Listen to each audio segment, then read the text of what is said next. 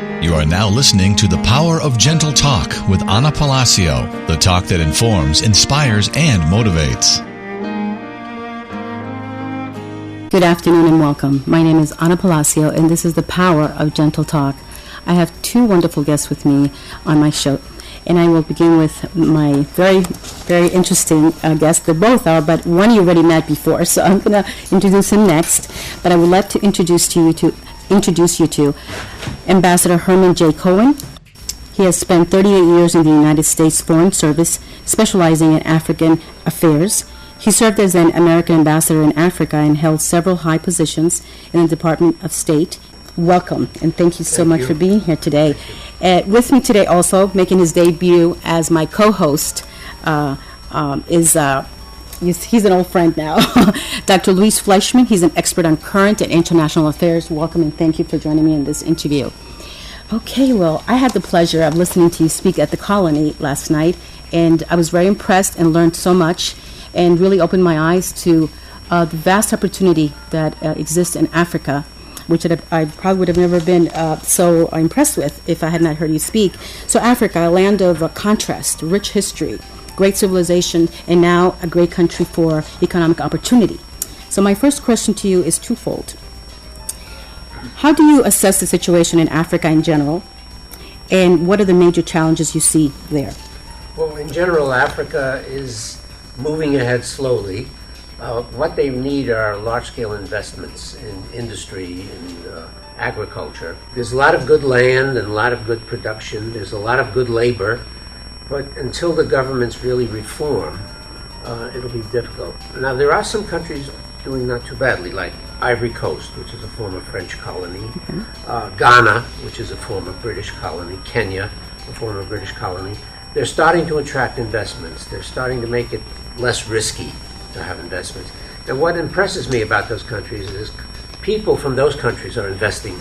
It's not just foreigners coming in, so it shows that they have confidence that they can do it. But there are vast countries like Angola, Congo, Nigeria, where there's vast resources, money coming in from oil, but yet that money is not being reinvested in infrastructure and education and health. Okay, and you did touch on that last night. I have a question. Can you clarify more as far as the rule of law and gaining that trust for other investors to come in and work in Africa or create more jobs? How is that being enforced, or how exactly does it get attention so that people begin to trust? Well, in some countries like South Africa or Ghana, you can get a fair hearing in court. The courts are totally independent. Government doesn't interfere. So when you get a result from court, you know it's a fair thing. But other countries, the courts are corrupted by business, certain economic interests by government interests. So you know that if somebody in the government is opposed to you, you're not going to win. You're not going to get your contract enforced. So it's a mixed bag in Africa. Some countries it's working. I would say the majority it's still not working. So what would be the best one to invest right now if someone was to be interested? Well, they just had an election in Ivory Coast, which they call the Côte d'Ivoire. They use the French term.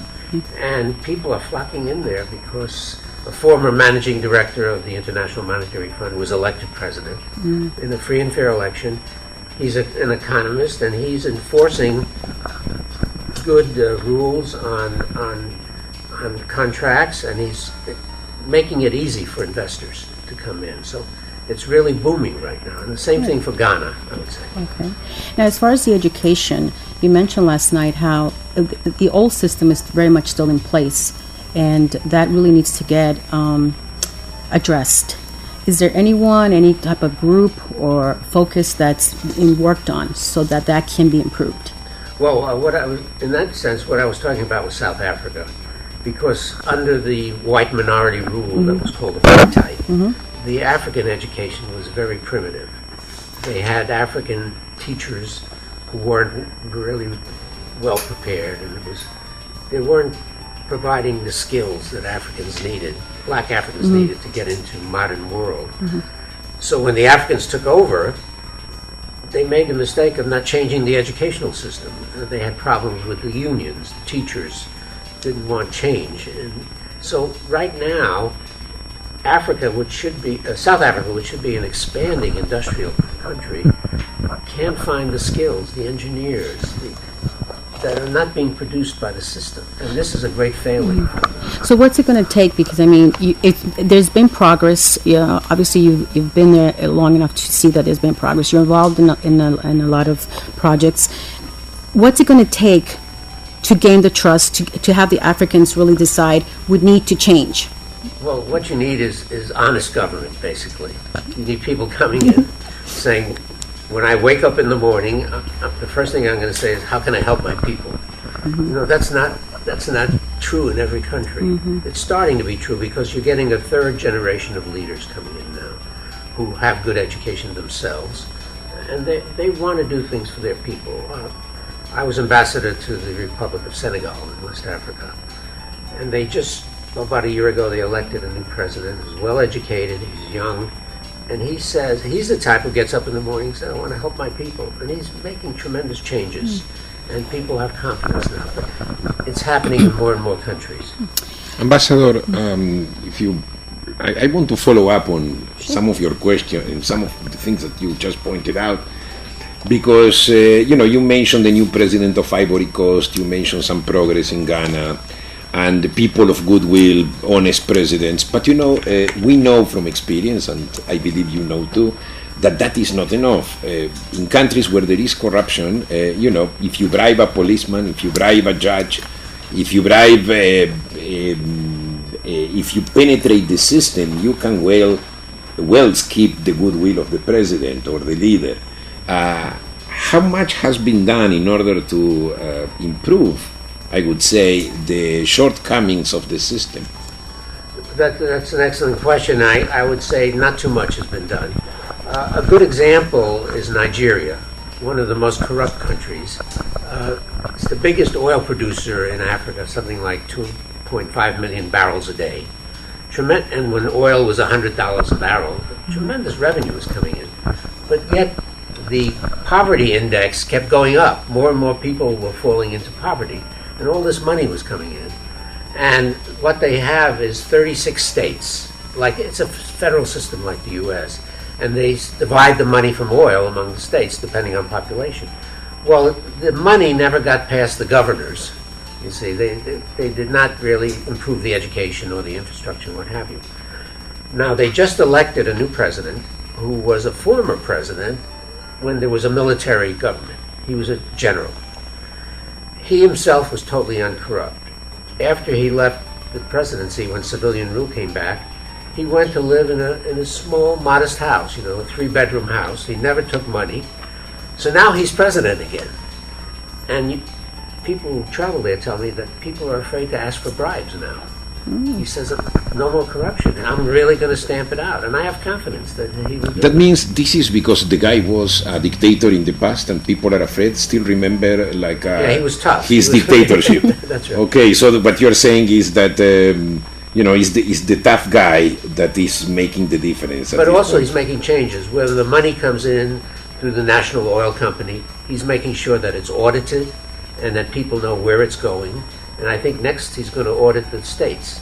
So I have high confidence that this very rich country is finally going to be able to use their money wisely. Correct, but based on what you say, now it is happening, these improvements are happening because of that one person, that one That's president. right, he's determined. That means that, let's say that he dies or something happens to him, the system needs to have continuity. This is why we have That's separation of powers, Right. an independent judiciary. Yeah. How is Nigeria doing in that sense? Well, what's important is that they're finally having free elections. Right. And the votes are being counted fairly. Up to this last election, they were all rigged. Now they're being counted, so the people will never accept another rigged election. There will really be violence if they do. So you are basically talking about gradual progress. Gradual we progress. begin with fair elections and then we move on. That's That's what right. you're saying. And they also have a free press. And the press can say, look, all these bad things are happening. They can't hide anything. Wonderful. Interesting. Yes, it's very interesting. Now, you mentioned last night how there was a lot of professionals here in the United States from Africa. And obviously they're here because the working condition or the money is not there for them. Do you think if a campaign was to begin here to promote a better Africa with the professionals that are here. You think somebody here would really be interested in that type of movement? Something that could be maybe... Well, I think what needs to happen is the conditions in Africa have to be improved so that these people will have an incentive to go back. A lot of them, I talk to them, they really want to go back because that's their home, that's their culture. Well, that's my question is, if they want to go back home, is there enough people here that would want to create a movement like that so they can go back home and enjoy their country and live in their country? Well, I think the movement has to be in Africa. It has to be in Africa. It says, let's create conditions so that if a medical doctor here goes back, there'll be hospitals well-equipped, well-financed, and he's going to go back and have a decent salary. A lot of them will flock back. Okay. As far as public health is concerned, how is that being addressed? Is it improving? Is any change at all there? It's been improving over the years, mainly because of international assistance. Okay. For example, malaria, the incidence of malaria. Malaria, the main victims of malaria are little children because they go to sleep and they get bitten by mosquitoes. So thanks to international help, they've distributed bed nets with insecticide and they've cleaned up the water system so that you don't have mosquito breeding. They've cut malaria now by 75% in Africa. So child mortality is going way down. This is basically on international assistance. President Bush Jr., he started an anti-HIV program, which has been very successful, training people, training doctors, and they've cut down the prevalence of HIV. Pretty impressive reduction of 75% of malaria in Africa. Yes, it's been very... That's impressive. And people are not noticing it, really. Yeah, well, nobody notices the good things, obviously. Right. But hopefully this was one more medium, a way to reach and let people know that there was progress. Ambassador, just one question that I would like to ask you, just a little bit to shift the subject, but years ago, you remember, under the presidency of Bill Clinton, we had two major attacks in Tanzania and Kenya. Right. We have tremendous activity of Al Qaeda and Boko Haram in the Horn of Africa and in Nigeria. About a couple of years ago, 2 years ago, we have the Shabab terrorist group imposing the siege on the Westgate shop mall, you remember, in Kenya. How do you assess this situation? Terrorism in Africa, you remember at one point President Bush Jr. Worked along with the Ethiopian government to basically remove the terrorist presence in Somalia. It's still a big problem, right? It's still a big challenge. Yes. Well, first of all, I'd like to say that 50% of Africans are Muslims. But the vast majority of Muslims are not susceptible to becoming terrorists.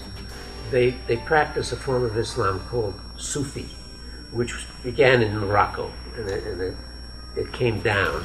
It's a moderate type of... They're very tolerant. For example, I was ambassador to the Republic of Senegal, 95% Muslim. And the first president of Senegal was a Catholic. He was elected.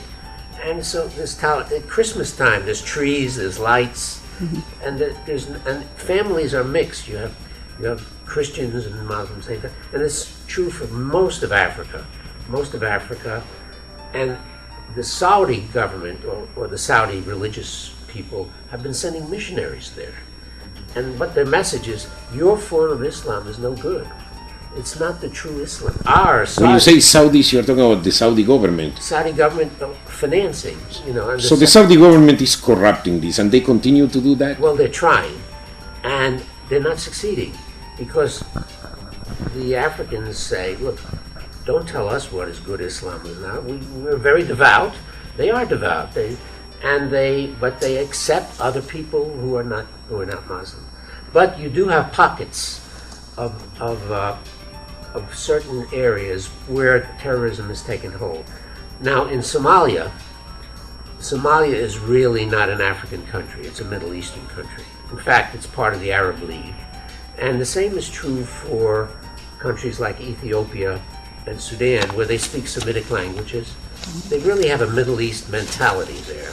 And so the Sudanese, which is part of this, which is governed by Arabs, they sent people down into Somalia about 20 years ago to start this movement called Shabab, which means the boys, the youth, and they inculcated them with the extreme form of it.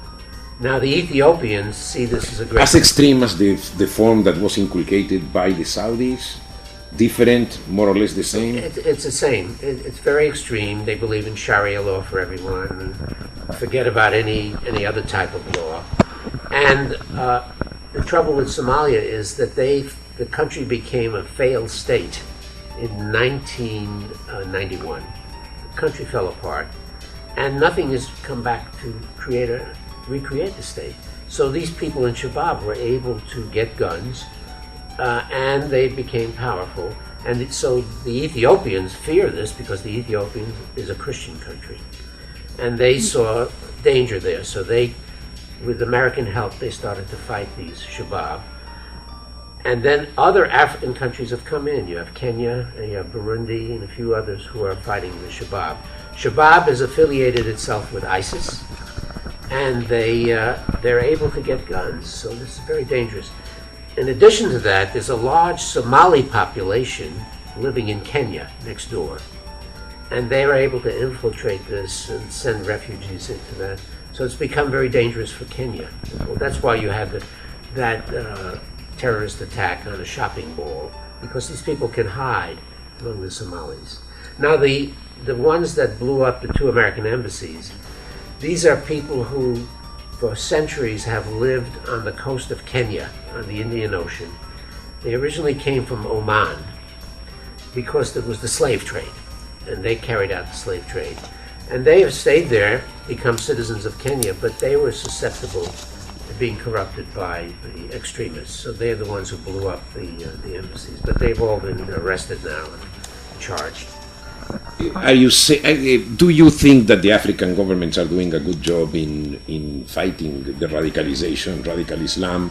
Do you foresee danger in Africa of the radical Islam taking over? I understand that the traditions of Africa do not necessarily welcome radical Islam. That's what you mentioned before, because they are more Sufist. But do you think still they have any chance to succeed, the radicals? I don't see any chance to succeed. On the northern, just on the border of the Sahara Desert, you do have some tribes which are more Arabized than they are African, and they're getting arms from Libya, which is a failed state, and they're trying to infiltrate, but they're not successful. And one of the big problems for the African governments that want to fight them is logistics. They don't have enough money, they don't have enough troops. So help is on the way, or help is there already. And I give great credit to the French. They have brought in 4,000 troops with drones and all sorts of special forces, and they're really helping those countries. And the Americans have sent advisors. So I see no way these people can succeed. They'll cause a lot of trouble. And in addition, it is mixed up with the drug trade, because more and more Latin American drugs are passing through Africa on the way to Europe instead of going to other routes. So the terrorists are getting money from drugs. But I can't see them really taking hold, because they're rejected by the people. Well, this is, you mentioned Libya, and talking about Libya, it's part of Africa, but again, it's right. What you mentioned, part of Africa, geographically, but part of the Arab world. How do you assess the situation in Libya? I'm not talking about the emails, I'm not talking about anything like that. I'm talking about the situation in Libya. Do you think this is dangerous? Al-Qaeda is penetrating the civil war. How do you assess the situation there? We have been faulted for basically helping remove Gaddafi from power, but at the same time not helping build a nation. How do you assess the situation in Libya? I would say that in Africa, that's the most dangerous place, because I got to know Muammar Gaddafi after I left government as a private citizen. You had the pleasure. I visited him. I visited him 6 times. The history of how I got to know him is too complicated, but I got to know him very well. And he governed that country so that nobody would consider Libya to be their country. They were all said, my tribe is my country. And he kept them divided that way, and that's how he was able to stay in power. So when he left, one thing I learned in my career is you never try to get somebody out of power unless you know what's coming afterward. And we didn't know what was coming after. So what happened is that they all fell apart into the various clans and tribes, and nobody trusts each other. Nobody says, I'm a Libyan. They all belong to their tribes, and nobody is willing to trust anyone else to be in power. You see. There are negotiators working on them to try to get them together. But I'm very pessimistic. Also, Gaddafi had a tremendous arsenal of arms, and that is all being dispersed now to other parts of Africa. And terrorists can get a hold of them, drug traffickers, So it's extremely dangerous right now, and I think something has to be done about it, more than what's being done now. Two questions on that. One is ISIS. To what extent ISIS is there in your assessment? Secondly, do you think the Western countries should be doing something? Libya, after all, is linked to Italy, it's linked to very close to Western Europe, through the Mediterranean. Right. And well, among these various power centers, I would say at least 7 or 8 power centers in Libya, one of them has become very much of an Islamist. It comes from the city of Misrata, which is on the coast, and it's a major port city.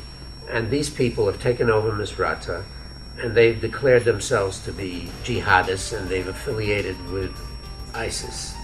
And they're attacking all the others. So that's a very dangerous situation. And I can't see it being solved within Libya. There has to be some sort of an external solution to that. Because of the time factor that we're working with, we have about a minute left. Okay. So it went really fast. So I want to thank Dr. Luis Fleischman. Thank you so much for participating in this interview, and looking forward to working with you throughout the years to come, hopefully. And I have one last question, just to kind of get back to the economic opportunity in Africa. Several times you mentioned training, that we really need they need training in Africa. And so my question is, what good opportunity as far as management skills here in America someone listening to this program should consider? Any is needed, or there's some more than others? Well, Africans, one thing I might say about Africans, they've gotten good education. There have been universities started. A lot of Africans have been sent out to American, British, French universities. So they don't lack educated people, except for South Africa, which is a special case. So with the proper investments, I think this talent can be used. The problem is the resources that are coming into Africa from sales of commodities, oil, copper, they're not being used to create the jobs, the infrastructure that can use this talent. Well, Ambassador Cohen, I want to thank you so much for being on my program, The Power of Gentle Talk, as well as Dr. Luis Fleischman. It was such a pleasure. I want to remind everyone that this show airs every Saturday between 2 and 3. And I want to remind you that I always say, go within your heart when you're seeking an answer, because your heart is the true seat of intelligence. So keep an open mind. And let's talk again right here on WBZT 1230 and iHeartRadio. You have just listened to The Power of Gentle Talk with Ana Palacio. Tune in next Saturday between 2 and 3 p.m. for the talk that informs, inspires, and motivates.